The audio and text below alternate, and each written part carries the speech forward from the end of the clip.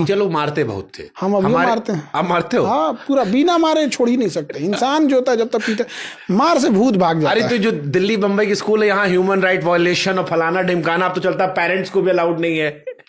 आजकल तो बड़ा चलता है। हम लोग जो पढ़े हैं तो हम लोग कूटे गए हैं, कबो पीछे मारते थे, कबो पीठ पर सर झुका के धपा धप मारते थे, ये सब चलता था। अब नई पीढ़ी बड़ी सॉफ्ट। हम लोग यहाँ सब पिटाई होता है, लड़का लड़की सब, कोई जब पीटना चालू करते हैं निर्जीव समझ के पीटते हैं।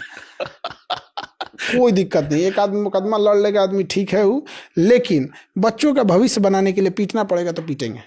तो पिटाई जरूरी है, बहुत जरूरी है यहाँ पे। क्या जरूरी? भारत का कितना बड़का क्रिमिनल है, उसको भेजिए सऊदी अरब, सीधा हो जाता है। सही बात है, क्या है, मार के उनका व्यवस्था कर देगा। हाँ, तो पिटाई कितना जरूरी है सर? बहुत जरूरी है। नहीं पीटिएगा तो अच्छा, एक बात बताइए, इनाम क्यों जरूरी है? प्रोत्साहन देने के लिए। तो सजा भी जरूरी है, मन बढ़ई को रोकने के लिए। यहाँ पे फिर इनामों बंद कर दीजिए, ऐसा नहीं होता है। हम देखें ना, एक से एक उदंड बच्चा आता है सब यहाँ। हाँ, एक से एक उदंड, बिना पीटे संभल में नहीं करता है सब।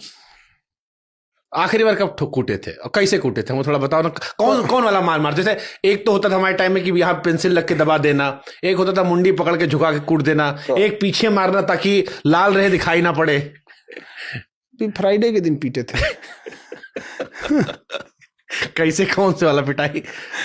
होता है सब। आप पढ़ाने के टाइम पे अब बदमाशी करेगा, जो टॉपिक पूछेंगे नहीं बताएगा तो थूरेंगे उसको। इतना मेहनत से पढ़ाए का है, या तो बिजनेस करने में चले जाओ, समय क्यों बर्बाद कर रहे हो? सही बात है भाई। तो थूर देते हैं आदमी। उस डिसिप्लिन डर बनाने के लिए जरूरी है। अब बताइए, एक आदमी डेली 30-40 हजार बच्चे आए, 50 हजार बच्चे आए, आप नहीं पीटिएगा तो मन बढ़ जाएगा उनसे।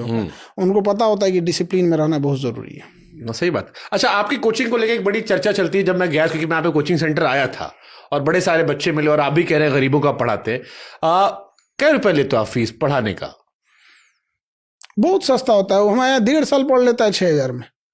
अब महीना का जोड़ लीजिए उसको। वाह, हाँ, कितना रुपया आएगा? मतलब बहुत।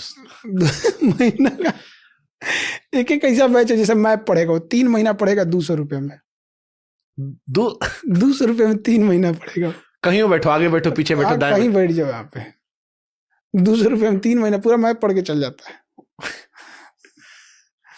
एक अब किसी को, एक बच्चा आया था वहां पे, अभी पीसीएस का एग्जाम होता है, उसमें 4,500 रुपये देके एसडीएम बन गया। कह रहा है कि सर हम तो इतना सस्ता में हो गया। कोई बात नहीं। अभी एक बच्चे का रिजल्ट आया जेई में, अभी उसको आईआईटी कॉलेज मिल गया, बड़ा खुश है। कह रहा है कि सर जानते हैं, जब पटना आए थे ना, तो जितना वो कोचिंग वाला, अन्य कोचिंग वाला जीएसटी मांग रहा था ना, उतना तो आपका पूरा फीस था। और आज देखिए जेई निकाल लिया, जेई मेन एडवांस दोनों। तो ये इसके मतलब इसका कॉन्सेप्ट क्या है? गरीब दे के करना है या सबका यही फीस है? सबका यही फीस है। हम फीस नहीं, गुरु दक्षिणा होना चाहिए। और हमारा पूरा, ज्यादातर कुछ टीचर लोग भी हमको इस वजह से नाराजगी रहती है उनकी भी। अब वो खुल के नहीं बोल सकते हैं कि हमसे मेन नाराजगी किस वजह से है, यही फीस के वजह से, लेकिन दबो पाँव में उनको भी ये नाराजगी रहती है कि यही खराब किए हुए हैं सब कुछ। नहीं तो आज हम लोग बहुत पैसा कमाए रहते। हमारा कहना है, ना कमाएम ना कमाए देम।